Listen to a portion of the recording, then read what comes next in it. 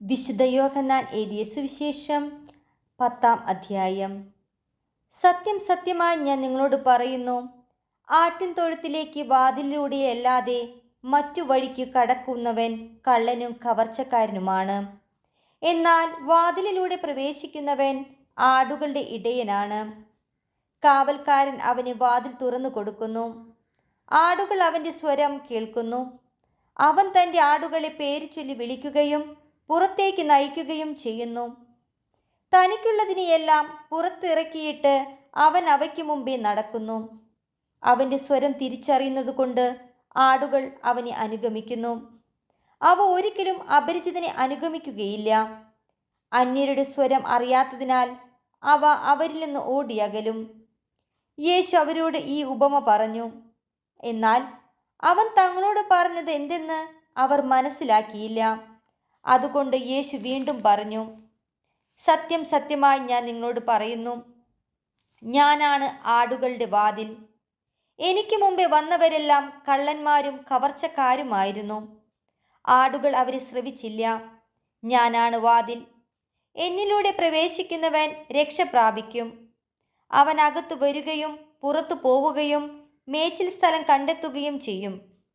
മോഷ്ടിക്കാനും കൊല്ലാനും നശിപ്പിക്കാനുമാണ് കള്ളൻ വരുന്നത്. ഞാൻ വന്നിരിക്കുന്നത് അവർക്ക് ജീവൻ ഉണ്ടാകാനും അത് സമൃദ്ധമായി ഉണ്ടാകാനുമാണ്. ഞാൻ നല്ല ഇടയനാണ്. നല്ല ഇടയൻ ആടുകൾക്ക് വേണ്ടി ജീവൻ സമർപ്പിക്കുന്നു. ഇടയനല്ലാത്തവനും ആടുകൾ സ്വന്തമല്ലാത്തവനുമായ കൂലിക്കാരൻ ചെന്നായ് വരുന്നത് കാണുമ്പോൾ ആടുകളെ ഉപേക്ഷിച്ച് ഓടിപ്പോകുന്നു.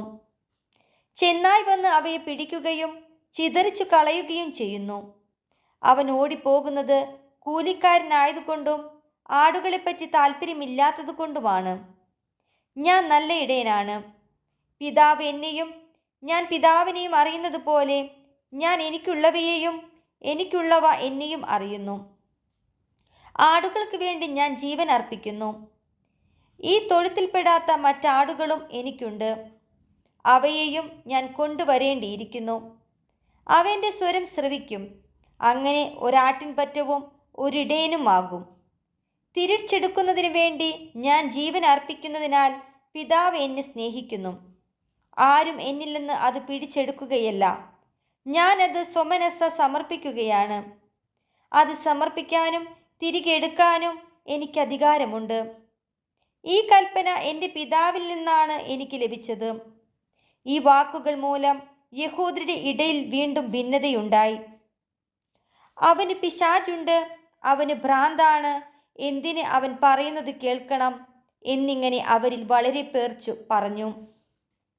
എന്നാൽ മറ്റുള്ളവർ പറഞ്ഞു, ഈ വാക്കുകൾ പിശാചു ബാധിതൻ്റേതല്ല. പിശാചിന് അന്ധരുടെ കണ്ണുകൾ തുറക്കുവാൻ കഴിയുമോ? ജെറുസലേമിൽ പ്രതിഷ്ഠയുടെ തിരുനാളായിരുന്നു. അത് ശീതകാലമായിരുന്നു. യേശു ദേവാലയത്തിൽ സോളമൻ്റെ മണ്ഡപത്തിൽ നടക്കുമ്പോൾ യഹൂദർ അവൻ്റെ ചുറ്റും കൂടി ചോദിച്ചു, നീ ഞങ്ങൾ എത്ര നാൾ ഇങ്ങനെ സന്ദിഗ്ധാവസ്ഥയിൽ നിർത്തും? നീ ക്രിസ്തുവാണെങ്കിൽ വ്യക്തമായി ഞങ്ങളോട് പറയുക. യേശു പ്രതിവചിച്ചു, ഞാൻ നിങ്ങളോട് പറഞ്ഞു, എന്നിട്ടും നിങ്ങൾ വിശ്വസിക്കുന്നില്ല. എൻ്റെ പിതാവിൻ്റെ നാമത്തിൽ ഞാൻ ചെയ്യുന്ന പ്രവൃത്തികൾ എനിക്ക് സാക്ഷ്യം നൽകുന്നു. എന്നാൽ നിങ്ങൾ വിശ്വസിക്കുന്നില്ല. കാരണം നിങ്ങൾ എൻ്റെ ആടുകളിൽ പെടുന്നവരല്ല. എൻ്റെ ആടുകൾ എൻ്റെ സ്വരം ശ്രവിക്കുന്നു. എനിക്ക് അവയെ അറിയാം. അവ എന്നെ അനുഗമിക്കുന്നു. ഞാൻ അവയ്ക്ക് നിത്യജീവൻ നൽകുന്നു. അവ ഒരിക്കലും നശിച്ചു പോവുകയില്ല. അവയെ എൻ്റെ അടുക്കൽ നിന്ന് ആരും പിടിച്ചെടുക്കുകയുമില്ല. അവയെ എനിക്ക് നൽകിയ എൻ്റെ പിതാവ് എല്ലാവരേക്കാൾ വലിയവനാണ്. പിതാവിൻ്റെ കയ്യിൽ നിന്ന് അവയെ പിടിച്ചെടുക്കാൻ ആർക്കും സാധിക്കുകയില്ല. ഞാനും പിതാവും ഒന്നാണ്. യഹൂദർ അവനെ എറിയാൻ വീണ്ടും കല്ലെടുത്തു. യേശു അവരോട് ചോദിച്ചു, പിതാവിൽ നിന്നുള്ള അനേകം നല്ല പ്രവൃത്തികൾ ഞാൻ നിങ്ങളെ കാണിച്ചു. ഇവയിൽ ഏതു പ്രവൃത്തി മൂലമാണ് നിങ്ങൾ എന്നെ കല്ലെറിയുന്നത്? യഹൂദർ പറഞ്ഞു, ഏതെങ്കിലും നല്ല പ്രവൃത്തികൾ മൂലമല്ല, ദൈവദൂഷണം മൂലമാണ് ഞങ്ങൾ നിന്നെ കല്ലെറിയുന്നത്. കാരണം മനുഷ്യനായിരിക്കെ നീ നിന്നെ തന്നെ ദൈവമാക്കുന്നു.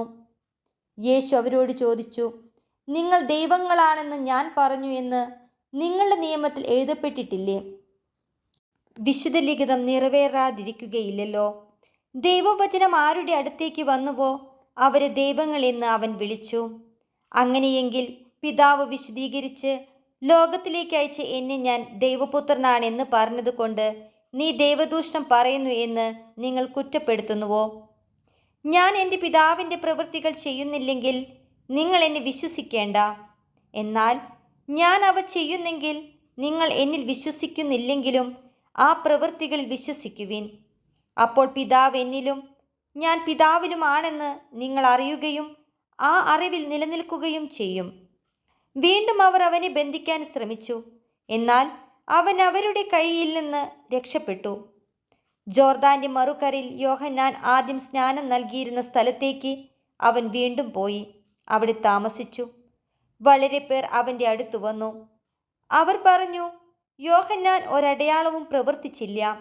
എന്നാൽ ഈ മനുഷ്യനെപ്പറ്റി യോഹന്നാൻ പറഞ്ഞിരുന്നതെല്ലാം സത്യമാണ്. അവിടെ വെച്ച് വളരെ പേർ അവനിൽ വിശ്വസിച്ചു.